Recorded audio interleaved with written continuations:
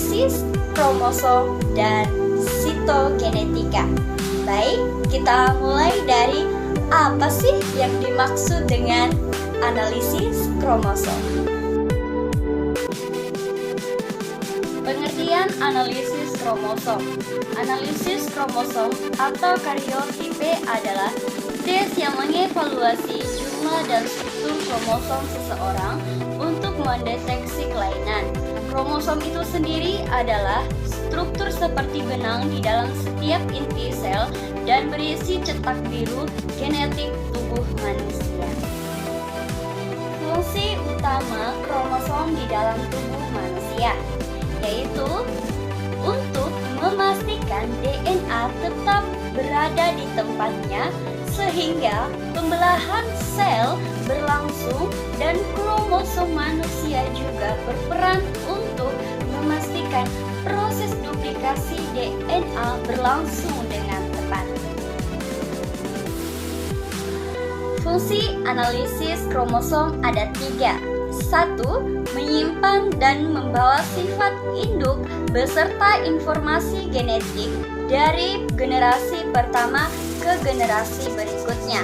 Yang kedua, memastikan DNA telah disalin dan didistribusikan secara akurat dalam pembelahan sel. Yang ketiga, menentukan jenis kelamin. Di sini saya akan menjelaskan tentang apa sih itu yang dimaksud dengan nomenklatur dan juga morfologi kromosom.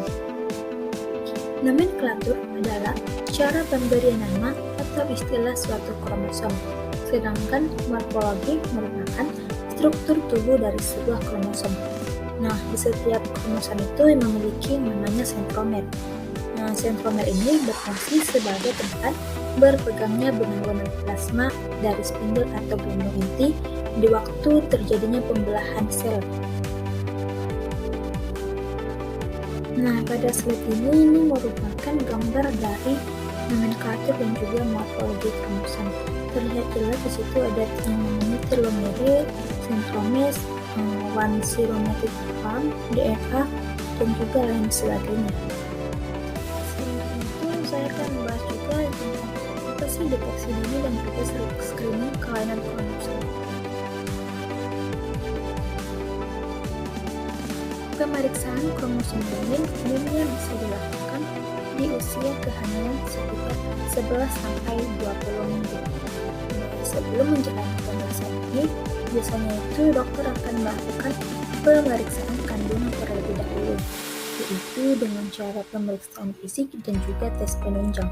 Nah, pemeriksaan fisik dan tes penunjang ini bisa dilakukan dengan cara USG dan juga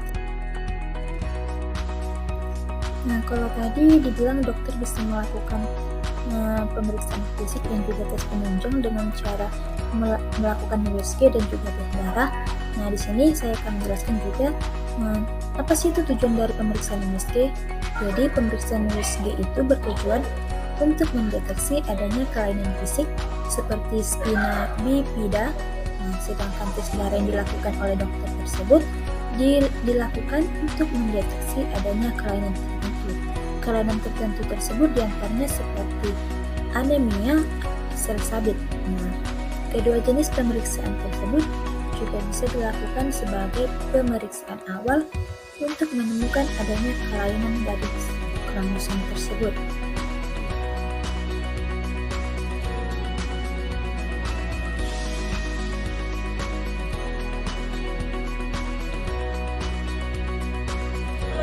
Baik, saya akan menjelaskan tentang struktur kromosom terdiri dari yaitu kromotid, kromometer, sentrometer, satelit, dan telomer. Di mana kromotid ini merupakan lengan dari perbanyakan kromosom yang melekat satu sama lain, yang melekat pada bagian sentrometer. Nomor 2 yaitu kromometer. Kromometer ini merupakan DNA yang telah direplikasikan berulang kali tanpa adanya pemisahan dan terletak bersampingan sehingga membentuk kromosom seperti kawat. Nomor 3 yaitu sentrometer. Sentrometer ini merupakan daerah kontribusi atau lekukan di sekitar pertengahan kromosom. Pada sentrometer terdapat kinetometer. Nomor 4 ini yaitu satelit. Satelit ini merupakan bagian kromosom yang berbentuk bulatan dan terletak di ujung lengan kromatik. Nomor 5 di sini menjelaskan tentang telomer, di mana telomer ini merupakan yang menunjukkan daerah terunjuk pada kromosom.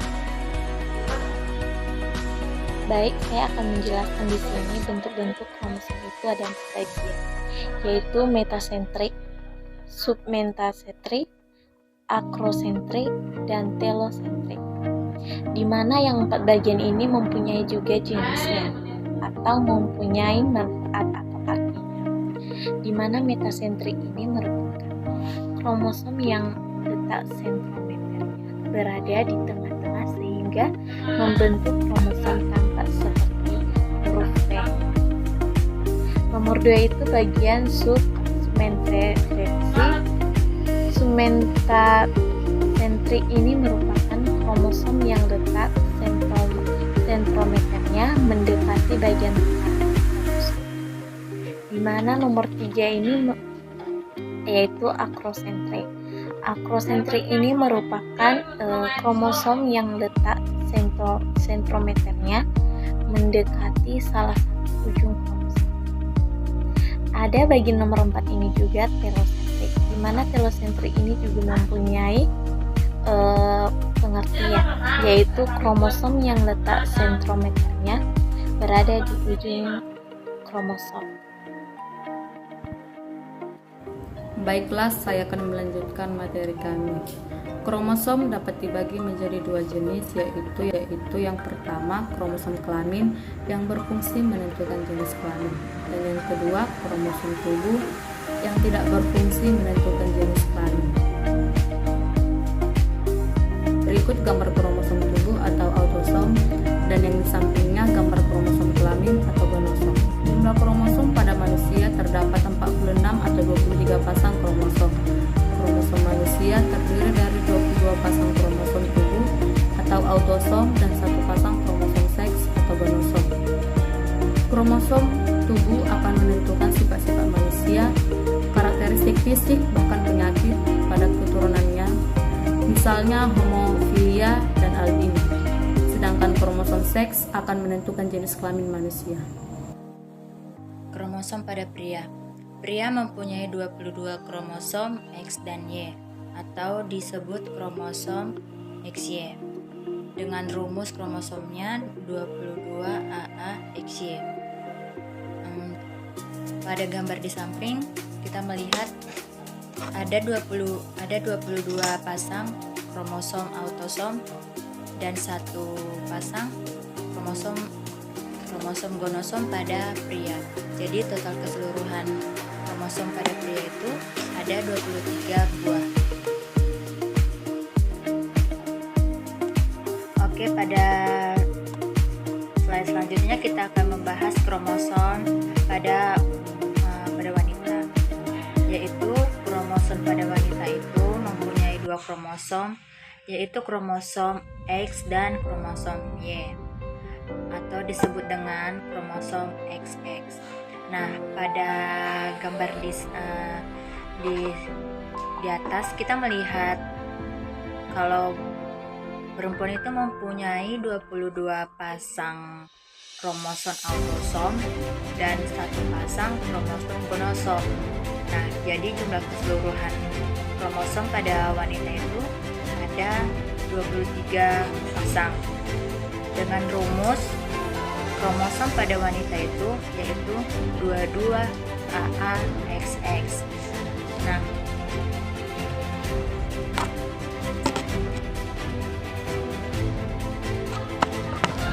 seorang wanita memiliki 2 kromosom X, tetapi hanya 1 kromosom yang aktif bertranskripsi. Kromosom X lainnya bersifat inaktif, yaitu frekuensi penggunaannya telah menurun dan membentuk heterokromatin yang berkondensasi disebut sebagai bar body atau chromatin sex. Selanjutnya itu ada bar body. Bar body akan tampak sebagai titik hitam yang dapat kita amati pada polesan epitel pipi bagian dalam, sedangkan sel darah putih kromatin seks akan membentuk drumstick. Baik, kita perhatikan gambarnya itu. Di situ ada gambar bar body dan gambar drumstick, dan di sampingnya ada gambar kromosom seks.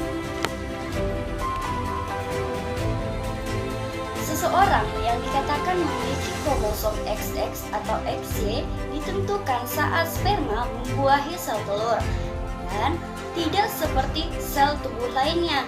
Sel dalam telur dan sperma disebut gamet atau sel kelamin. Hanya memiliki satu kromosom saja. Semua gamet di telur ibu memiliki kromosom X, dan sedangkan sperma ayah mengandung sekitar setengah kromosom X dan setengah kromosom Y.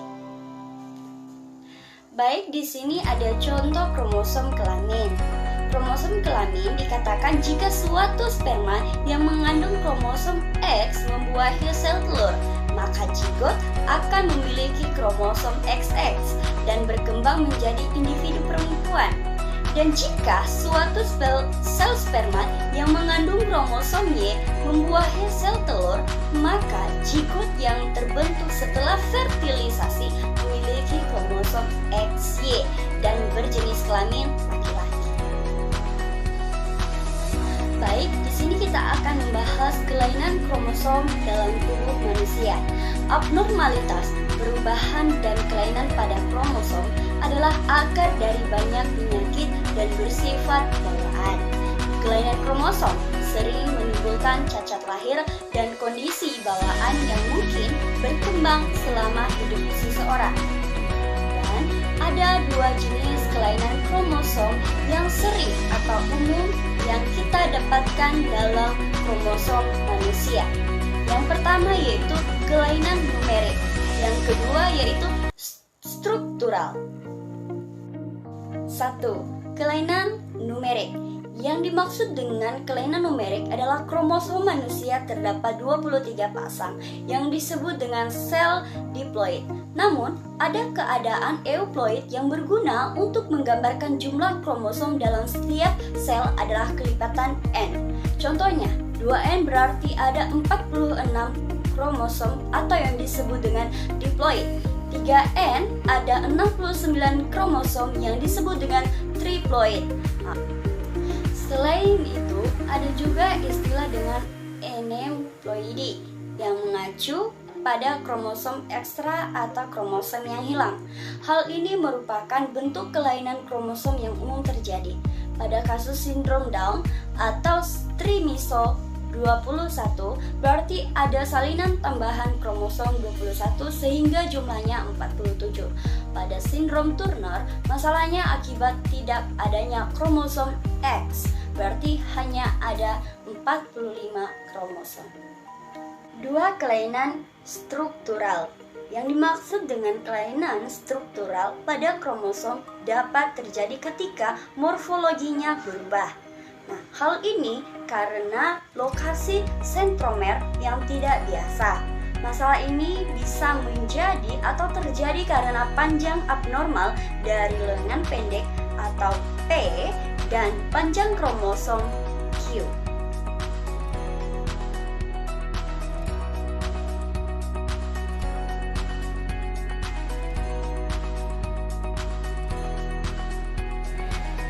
Baik, saya akan melanjutkan.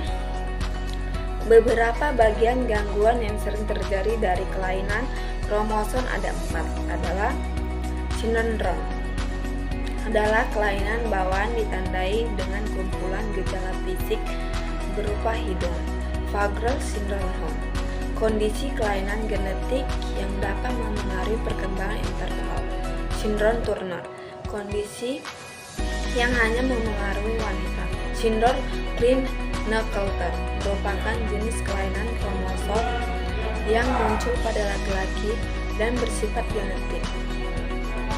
Pengertian sitogenetika atau genetika, Sel merupakan kombinasi dari ilmu sel atau sitokologi dengan genetik dengan membahas tentang struktur, jumlah, fungsi, kromosom, dan korelasi antara sifat-sifat tersebut dengan transmisi dan rekombinasi gen-gen.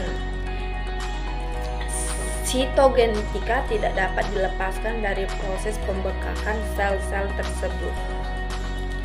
Pembelaan sebuah sel dibedakan menjadi dua, yaitu mitosis dan meiosis.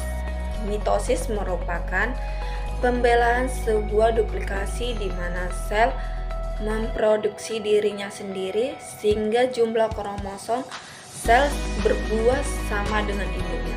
Meiosis berlangsung dalam beberapa fase, yaitu antarmuka, profase, metafase, anafase, dan sebuah telofase.